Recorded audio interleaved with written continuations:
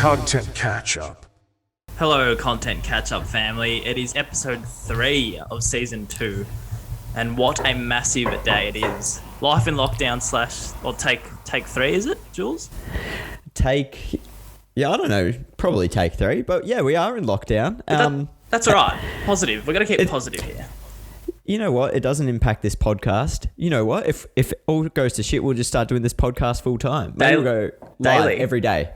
All right. Well, I mean, that could be something. Let us know what you think about, listeners. But what else? Super Bowl. This could almost be a Super Bowl episode. Because you've been going nuts on that. It could be a Super Bowl episode. You know what, though? For all intents and purposes, and I'm going to go an early egg of the week here. I'm going to egg myself. Jesus. Because you're going real early here. I've got another one. But I thought the Super Bowl was actually on Tuesday. And I planned my whole week. I organised so I'd have all my meetings on Monday, thinking that the Super Bowl was on Tuesday, and then went to my sister's house. She messaged me and she's like, oh, the Super Bowl's actually on Monday.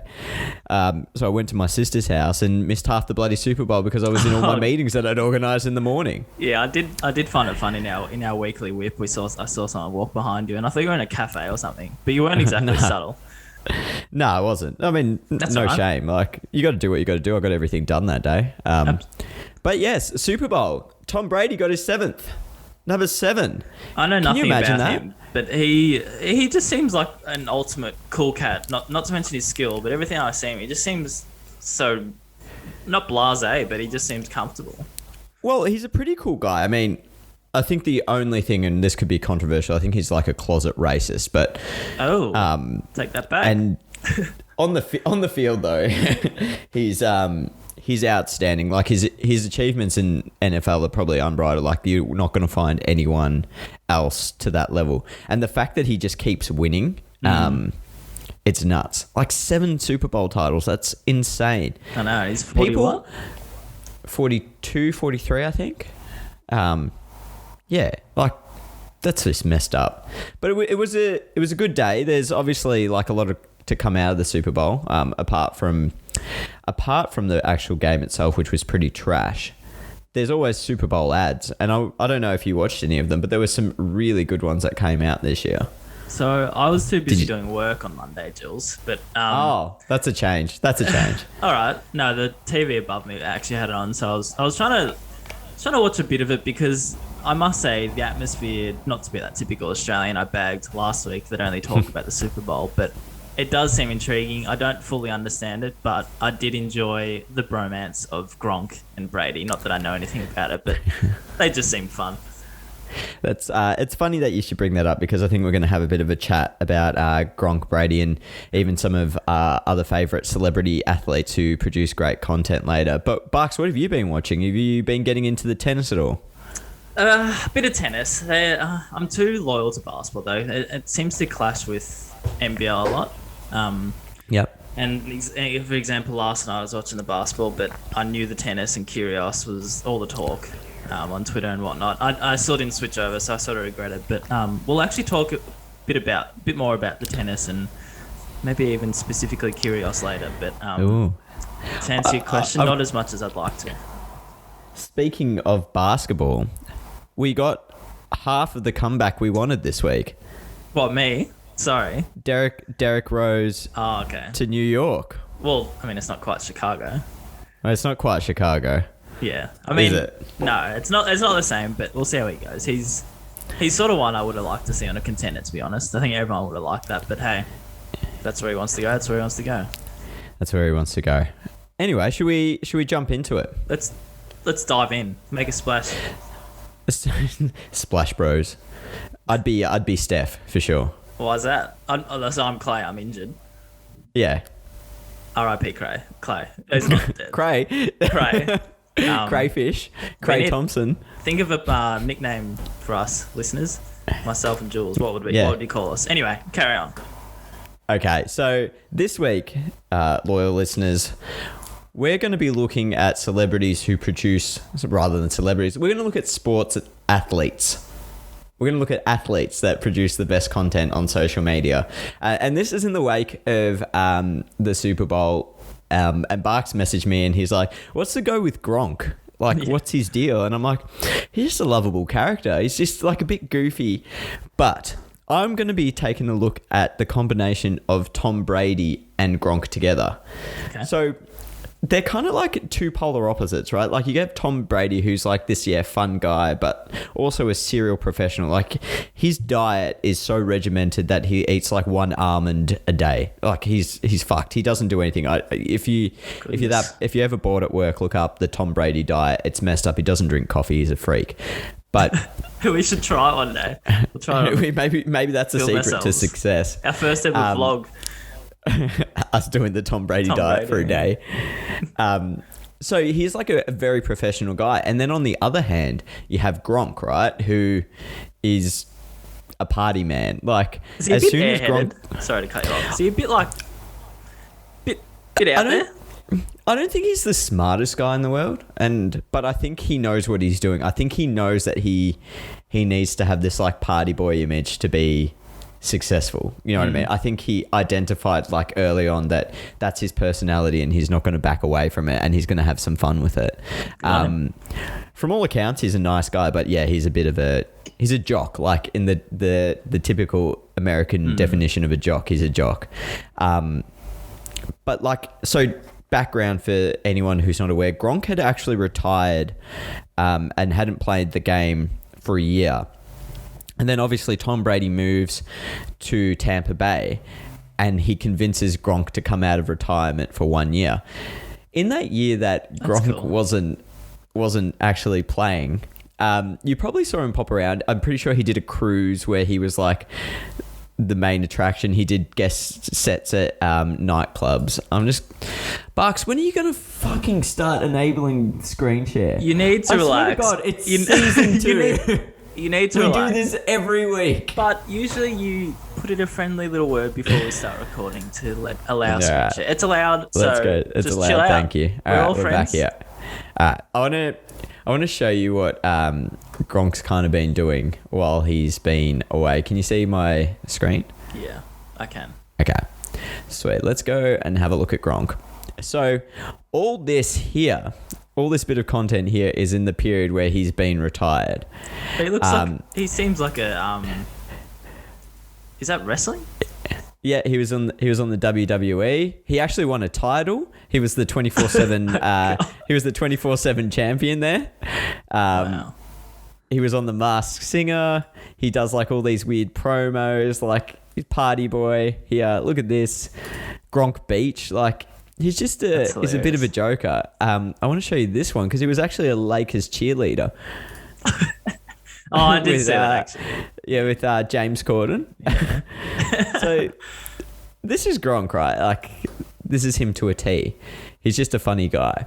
Now, there were two really good bits of content that came out of the combination of Tom Brady and Gronk recently. One I want to show you was an ad that aired during the Super Bowl. I'm going to send this to you, Bucks, and have a little watch. Okay, Julian. 1 sec. I'll send it via Teams for you.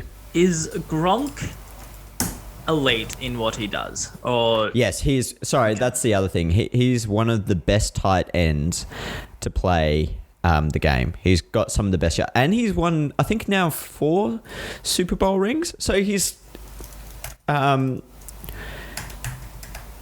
like a good player. He's not like just a Gronk. Yeah. He so for the background, whoever's listening to this, it might be similar to me. I don't follow the NFL, so I'm not aware of the storyline. But can you go back to the storyline of Brady? Did he get moved on from Patriots? He was with Patriots his whole life, right? Is that something he wanted to do, or the team, that era was over and the team moved him on? Tom Brady was obviously the champion quarterback at New England, won 6 titles there. And towards the end of 2019, I think it became clear that the head coach there, Bill Belichick, was only going to offer him 1 more year.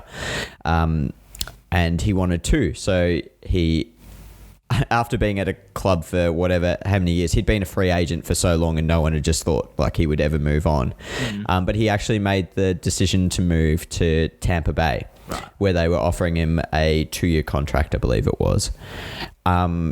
So it's a big change. Like, he'd been a franchise quarterback for the Patriots for so long and seen them through their most successful dynasty. But obviously they thought that they were going in a different direction to what he want, and which is fair. Like, at some stage Tom Brady was going to retire, and now the discussion is whether they let him go too early. But anyway, that's that. So Bucks, I want to jump into this first bit of content. Have a watch and then I'll explain. Sure. Follow up. We don't have to play this, but is Tampa Bay? It strikes me as not a big destination. Nah, they've had some success, but they're not a destination club. Okay, I'll play this. Bronk, What up, TB? what do you think my next move should be? Give it to me straight. Maybe it's just time I hang him up. I got one word for you. Retirement. If you retire now, you're gonna be walking on soft sand in a week. Just come to Florida And feel the wind in your hair. Retirement is like winning another one. Maybe I'll even join you. On the Spotty Network, this is what Tom heard. If you retire now, you're soft and weak. just come to Florida and win another one. Maybe I'll even join you. Just go win another one. Like it's that easy, Gronk. Maybe it is. I still feel like I have a lot to accomplish. My goal is to win one more. And Gronk's coming with me.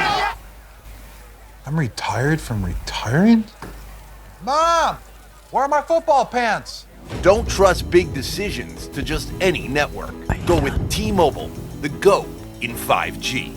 And I'm not soft or weak either.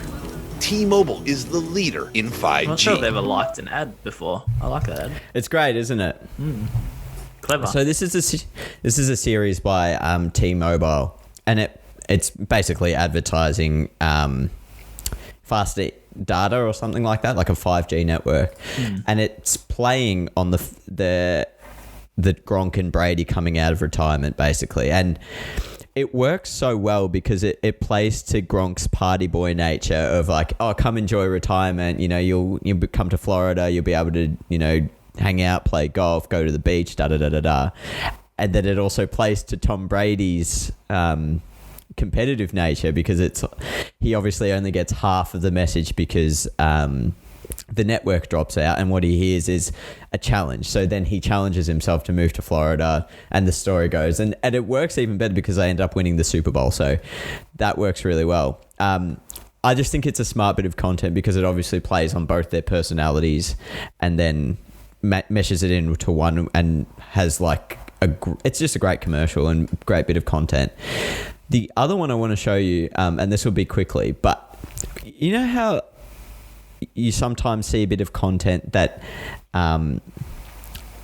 is like a throwback to something else. Like, I don't know if I've explained that well, but like, you know, when people quote tweet something that they tweeted like ages ago and it'll be like told, and it's a continuation of this, right?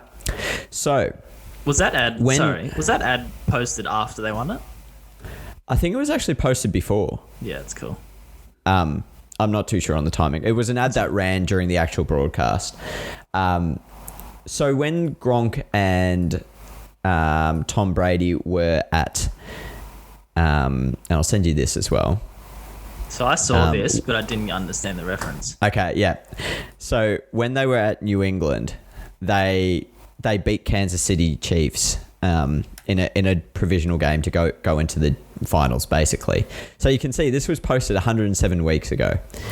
So it's nothing special, and this is like Brady does a really good job on social media of actually marketing himself. He'll do one of these like quick videos after each game, and then he'll cut to like some highlights and stuff and whatnot, and have the score, and it's a W type of post. Cool. He does that every week. This one's got like Bad Boys for Life playing in the back, and it was a really iconic video at the time because it's like, fuck yeah, Brady, bit of Diddy, Gronk, like this is really cool. One of the best bits of content I've seen is when he's brought this back when the Tampa Bay made the finals again, and it's the exact same bit of content, same music, same highlights, and I just think like whoever is in charge of Tom Brady's content is a fucking genius, because like this is so good. Like it's such a good play on something that's obviously been successful. I don't know. I just think it's great. Yeah, they're my I think he knows that he's not like the funniest guy in the world. He knows he's not like the coolest person in the world, but he's nailed like everything that he's done with his content here. So, and the pairing of him and Gronk is just sensational because you get a little bit of both. And also just a small one, Tom Brady absolutely piss drunk walking off the celebration. And look at his tweet out, noting to see here just a little avocado tequila. You know, I love just watching all this, like, for the first time, really, just when I actually properly understood the background, is that he has that dad vibe. He's got a big dad vibe. Yeah, like, and I think that works brilliantly for him. It probably plays back into the content that he produces. Like, that video, so easy, but it's purely just simple. because it was done before and that track that everybody loves. And it's just, like, that's, even to somebody who doesn't have a great knowledge of it, that's still very funny. It's just great content. And he's like, you're right, he's not trying anything crazy. He's not like trying to make this ultimate hype video. He's just like, this is me, we won. Here's a few clips. Here's a bit of fun, and then we're out. Speaking of hype videos, actually, so that's a good point because he comes across like he's not trying to be anybody. He's just Tom Brady. On the other side, I'm going to bring this up later, but I came across Patrick Mahomes' Instagram.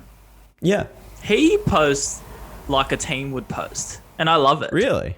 So if you... I haven't seen it. So he'll legitimately post, and I didn't actually go to the Chiefs page to see if they posted, but he's got like really slick, really well edited hype reels, like for game day posts.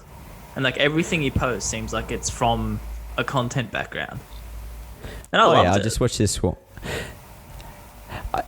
I reckon a lot. Do you think that a lot of these guys actually have teams that just produce content for them now? I think the big dogs would. They'd have to. Yeah. Like he would, unless. I mean, let's think about it. If they didn't, though, how cool would that be if somebody like Patrick Mahomes had a real content background and he just loves it? Starts making his own edits. But even if he didn't make it, like imagine if he, I don't know the guy at all, but imagine if someone like that would be like, got this sick editor on the side. Can you make this for me? I want to pump it out. Like that'd be so much fun if you were that creator.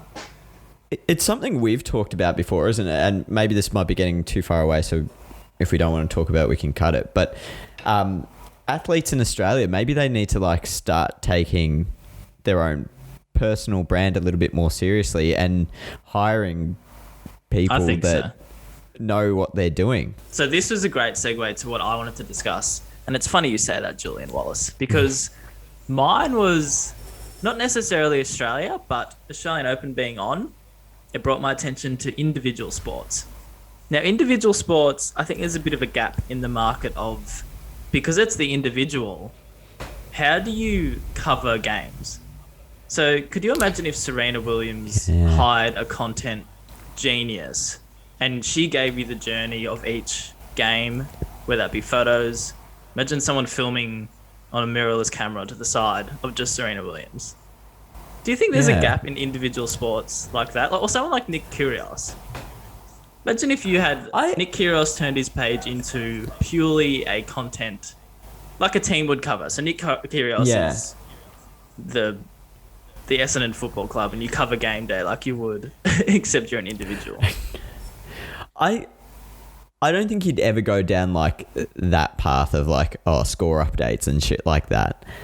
But I think it's a valid point, and I think, and I'm keen to hear what you're thinking as well. But I think you'd get away with so much more because there's no like media person going, "Hey, no, actually, don't post that." Like it's Serena or Nick for this example controlling it. Like they'd obviously be in control of what goes out. I they'd think have PR managers and stuff, surely. Yeah, especially when sponsors that comes into. I think you're right. Like you wouldn't go like not half time, but whatever the tennis calls it. You could go like an end result post, but like even scrolling Australian Open's page, you see the winner, but I just think you could do so much more. I wonder if Australian Open are like one of those, so similar to like cricket, right? You can't really post too much because of all the like international broadcast rights and stuff like that. So I wonder if they're severely restricted in what they can actually do on social media. But like, yeah, like looking through. Sorry. no, I was going to say, would the individual be restricted? No, I don't think so. I just think But- it's a real, even golf.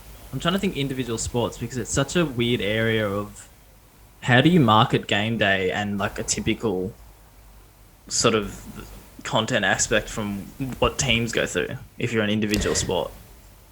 I don't know. I guess it's always just more about the journey then, because then you could also bring it back to like UFC, also like individual UFC is a good example. boxing, like any of those sports. Yeah, I guess it's just about creating your own personal brand rather than like talking about the results as they're happening. You can Because still, that's not your job. yeah, true. But it would still Yeah. be interesting if somebody gave it a go. Like, why not Yeah. try it? Nobody's really done it. I keep going back to Serena Williams because I think scrolling her page, it feels like she's got a good grasp on what works and what doesn't. But could you imagine how much amazing content someone like her could pump out? Yeah. Oh, you're right. I wonder. Maybe this is a question for our audience. It's like what path would you go down if you are in charge of content for an athlete? Would you go down the more informative path, or would you just stick to what like brand building and stuff like that? Yeah. No, let's see if anyone has anything to say. I mean, it could just be like if you did like 3 posts per game, like pre-game, a shot during the game, a big play that Yeah. happens, but from your own camera. Like I just keep going back to from their own camera. Like that's Yeah, a it view wouldn't that be like. that's a view that's been nobody's done it. There you go. So if anyone's listening to this, gap in the market, there you go for it. Go on, make a business. All right, We automatically claim like 10% of this because it was our fucking idea. we'll keep that. Yeah, so that was just something that I noticed. I was trying to think of. Well, I think I was watching a bit of Australian Open. I was sort of looking at especially people with character like Nick Kyrgios. Like if they just Yeah. took over their pages from a content creator's perspective. But yeah, That's another kind of maybe a little bit of a segue. I don't know if you ever listened to the episode of Dylan Friends, shout out, with what's his name from Melbourne, Christian Petrarca on it. yes, yeah. And where he was talking about like his own kind of Instagram, because Dill asked about it and he's like, well, what's the go behind it? And he's like, I'm just trying to show my life. Like I take a lot of inspiration from Ben Simmons, who just posts and enjoys what he's posting and shows what he's interested outside of basketball. And for Ben, it was obviously like a little bit different because he's got like a ridiculous amount of cash. But for Christian Petrarca, was all about his shoes and like his fashion and stuff like that. So again, maybe that's like another approach you'd take. Maybe athletes don't want their personal profiles just to be all about the sport that they play. Sport. Maybe they want it to be about themselves. So this is almost like we've rehearsed this because you just led me on to another segue. You asked me to think about favorite athletes I enjoy following, and I had two in the basketball world especially. So one was actually Ben Simmons, purely just because I think you know him, but I think he has a great relationship with the Philadelphia 76ers, and this could be completely wrong, but I'm just judging off his socials. Their photographer / content person, Alex Subbers, he seems to post a lot of his work, but it's with his dogs, it's with, as you said, things outside of, whether it could be a Call of Duty sponsorship, but everything he does still feels like a proper piece of content. Like it's not just a phone video or photo. But he was one. He's got a nice grid as well. He always posts. We ragged on him last week for his. What was your little emoji? Your little smoke emoji, the smoke. yeah, guarantee one post a game from Ben Simmons, and I'm all about it. Like after the game. Yeah, I think he looks like he's got a good sense of what he wants to post. You're right. Like I'm just having a look through some of the photos now. It's clear that Alex is just kind of following him around with a camera. But yeah, I mean, this is where if any athletes are listening to this, be friends with the content creators, because they're going to hit you up with the photos. And if you're nice to them, they're more likely to take photos and videos of you than someone Yeah. who's a dick, really. It's a fun thing. It's a fun thing to touch on because I think the people that are switched on in that area will know that could lead to bigger and better opportunities outside of the sport. Exactly. Like, do you think that Ben Simmons is paying for any of that gaming equipment? Guaranteed no. No. Like, Yeah. you make yourself available, you're going to get sponsorships. Yeah. Another one in that area is Kelly Oubre. So Kelly has... Ooh, bro. He plays for the Warriors now, but he pays... Sorry, not pays. He probably pays him. He has his own content creator, and he's just a very... Like, he loves his fashion, and he seems to have a really interesting sort of the creative art side of things. Yeah. He's one that I follow, and sort of everything he puts out just seems seems relevant as well. He's very switched on, and it all comes from I forgot his content creator's name, but yeah, he does a good job of that as well. I'm just having a look through his Instagram, and this Grease poster that he put up, it looks like a photo shoot with him and his partner or whatever. That's kind of cool. Let me have a look. He drip is what I was gonna say. Drip. Got a lot of drip. He's got fam. drip. Where is it? Wow. Make have the whitest man alive say the blackest sentence. I was possible. I was trying to explain how they explain it. Drip. I don't know what you're looking. Gee, as a couple. It's about this grid thing that he's done is pretty cool as well. Yeah, well, I mean, everything looks like his style. If you find the content producer, let's give him a shout out. Oh, Cam. In the note. I think it's Cam Beverly. Cameron Beverly. Maybe this is another goal. Maybe we should try and get. Yeah, it looks like I'm just on Cam Beverly's profile. It looks like he's got a thing. Yeah, that rings a bell. Maybe it's the goal. Maybe we should get one of these personal branders on and see what it's like. I think that'd be good. So this is one I would promise to reach out to. His name is Logan. He's D'Angelo Russell's content producer. So let's try to get one of him or Cam Beverly on the show. Yeah, nice. I think it's in an interesting area because it's kind of away from sport, but it's obviously still very important because it comes from personal branding, and personal branding lasts after you go to the team. So we've got some exciting developments. Speaking of guest Sparks, I know we had one of our biggest guests on last week in Darren James Barker. But I've been working behind the scenes, Sparks, and I think it's about time to announce it. Oh, okay. Are you ready? Well, I know who it is, so yeah, I'm ready.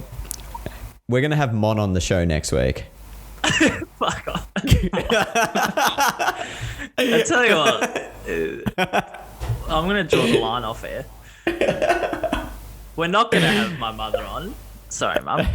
We're going to have someone, I was going to say better, but that seems insulting. No, we've been working behind the scenes, and a few little things to happen still, but it is looking positive that we're going to have someone from the Chicago Bulls join us. Wow.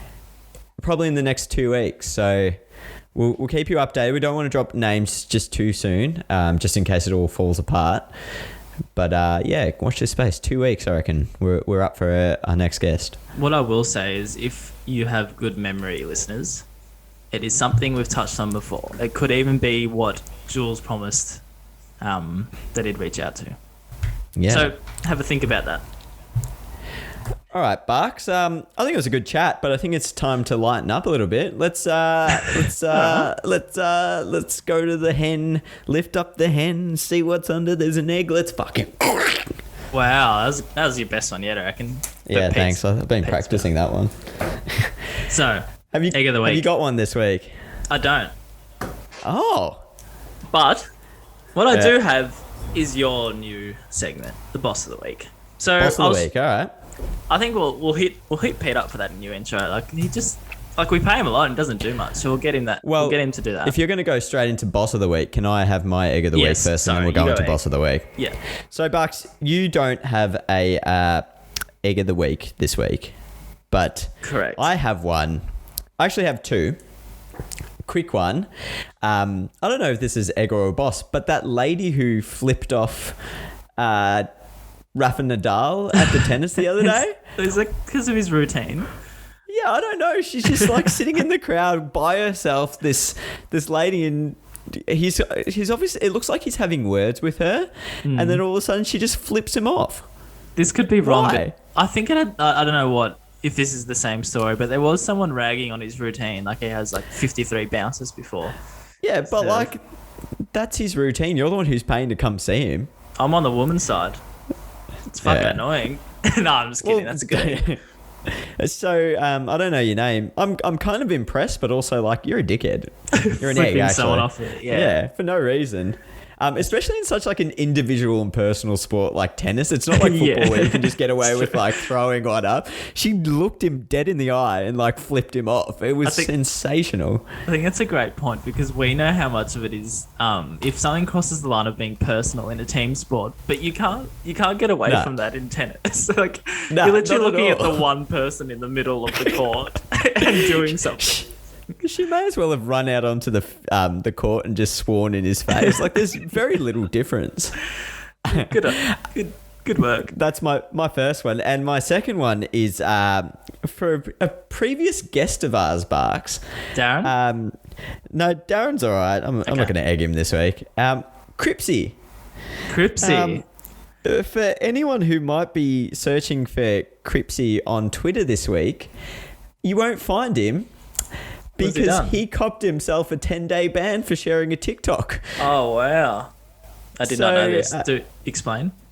He messaged me the other day. So Cripsy and I have been talking about a few things here and there, and had a good chat to him. It was great to talk to him. And I got this panicked message from him the other day. We're down bad. Check my... I'm sorry. Check my... Goodness gracious. We'll try this again. The message reads, we are down bad. Check my Twitter. We need Jesus. Well, that's dramatic, Cripsy. XX. And then he's like, deactivated for 10 days. I'm like, what have you done here, mate? He's like, it was a TikTok from a year ago. Absolutely disgusting. It was a banging TikTok. It'll be a 10-dayer, but fuck. Sounds like he thinks it's worth it. So, Cripsy, mate, you're an egg. Yeah, it's big time. One of your biggest profiles shut down for 10 days, you big peanut. You know, they're my eggs. You know, it's a shame. Like, that would actually... I assume that would impact... I'm sure it would. His industry, but... Oh, well. You're an egg, Cripsy.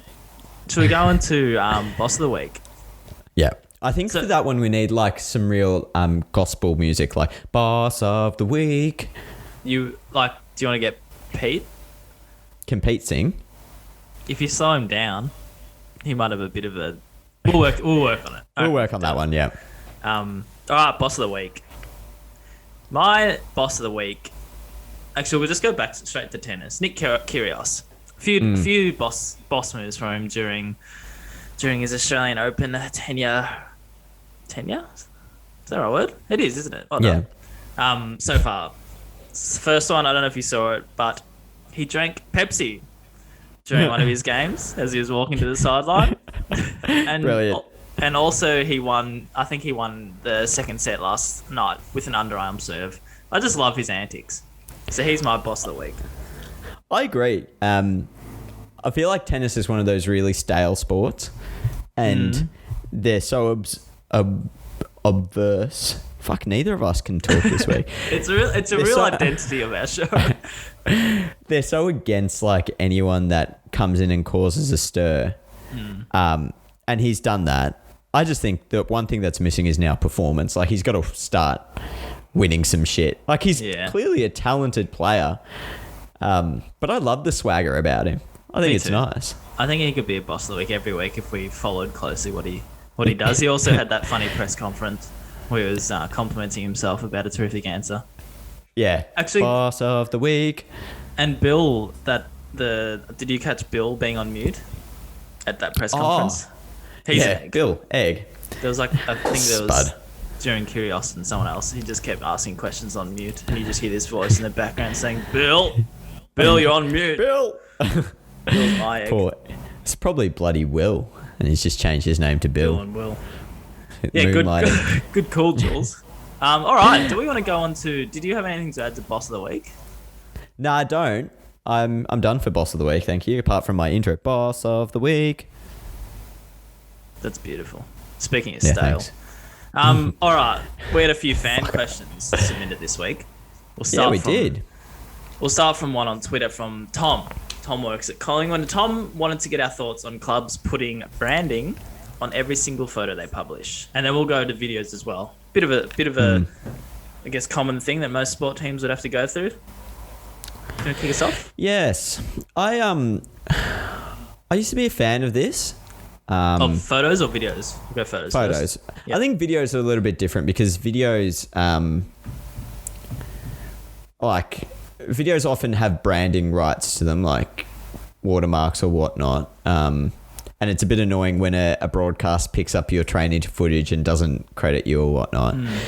But for social photos, it was something I used to do, but then kind of just like was thinking, what's the point? People can just always crop around the photo if they want to share it, and it really is no skin off my teeth or whatever that saying is. Skin off my back. Close that. Yeah. Tooth and back. Yeah, nice tooth and back. It's the same thing. There's no skin on your tooth anyway. Let's focus What if on I that. bite some skin and it's sitting on my tooth? Jesus Christ, I'm getting off track here. Anyway, I just don't think it adds any value in my head, unless you're like promoting the image. Sorry, I'm going to finish this off. But like, unless you're promoting the image to a new audience and you're like paying to promote it, then I think like maybe have some sort of watermark. But for social images, nah, I don't think so. Yeah, I thought the same one. Probably a bit lackadaisical with this, but just no to both. I can understand it more on videos. Photos, no.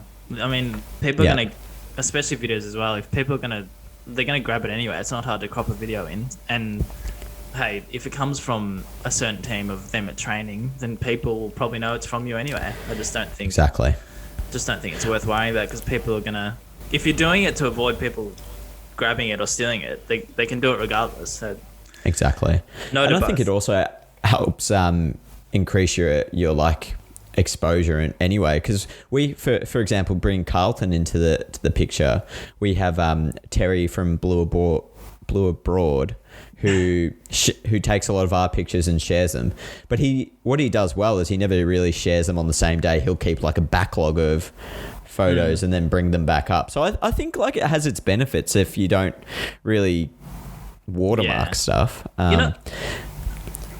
Sorry. You know what I think as well, like realistic approach, if you see something really cool that we did, we don't have anything to show that's ours, but if we did something creative, cool, or a really, whatever it might be, a photo, if you think realistically, half the people are going to question who that came from, and if it's amazing, they'll probably go further to find the individual who did it. Exactly. Yeah. Probably spread the word or spread the love more than you did imagine. And I also think, on top of that, No, that's that, right. a big watermark, especially on videos, can ruin it. I know that's very a big comment, but I think it can, especially oversized bloody watermarks. I'm going to maybe put a closing mark on this. I think if it's personal shots, like if you're a professional photographer taking photos at an event, there's a photographer named Steph who does the AFLW account, she.scores. Go follow it. It's amazing photos from the boundary. Or even Jonathan DiMaggio, who does photos for us sometimes. I think then if you're interested in selling the photo, you put a watermark on it, because Absolutely. that's when it hurts if it gets taken from you for no cost. And honestly, if you're stealing photos of people who are trying to make a living out of it, you're a bit of a douche. Yeah, I mean, I think that's a very important point though, because if that's in the freelance world, that's massive. If that's how you make your keep, you have to put a watermark on it, because people are going to notice it and they'll reach out to you, hopefully, to get some more work. Yeah, nice question, Tom. And also, Tom, shout out. You've had a bit of a rough week with some stuff going on at Collingwood, so I hope you're enjoying a bit of R&R there on the sidelines. But thanks for listening, Tom. A much needed lockdown for Tom, I reckon. I might take this one, Barks. So I think this one it come through Instagram. Jack, was it? Jack, thanks for your question. The question is, what are some of the factors deciding on what content? Factors deciding what content on which platform should be organic or paid. Okay, this is a bit of an interesting one because part of my job is the digital marketing and promotion of our content through paid channels. How we decide, we only use paid for when we're trying to drive a specific outcome. So we will use paid content when we're trying to raise awareness for an AFLW game or an AFL game where we're trying to sell tickets, when we're trying to do a membership campaign, when we're trying to sell products from the shop. The content that we use is heavily, I'm not going to dive too into this because I think it's pretty boring for people that don't have any interest in paid content, but it's heavily driven by what we know has worked in the past. So we might have this great hype reel that we put out organically, right? And it might go gangbusters across Facebook, Instagram, Twitter, the website, TikTok, whatever.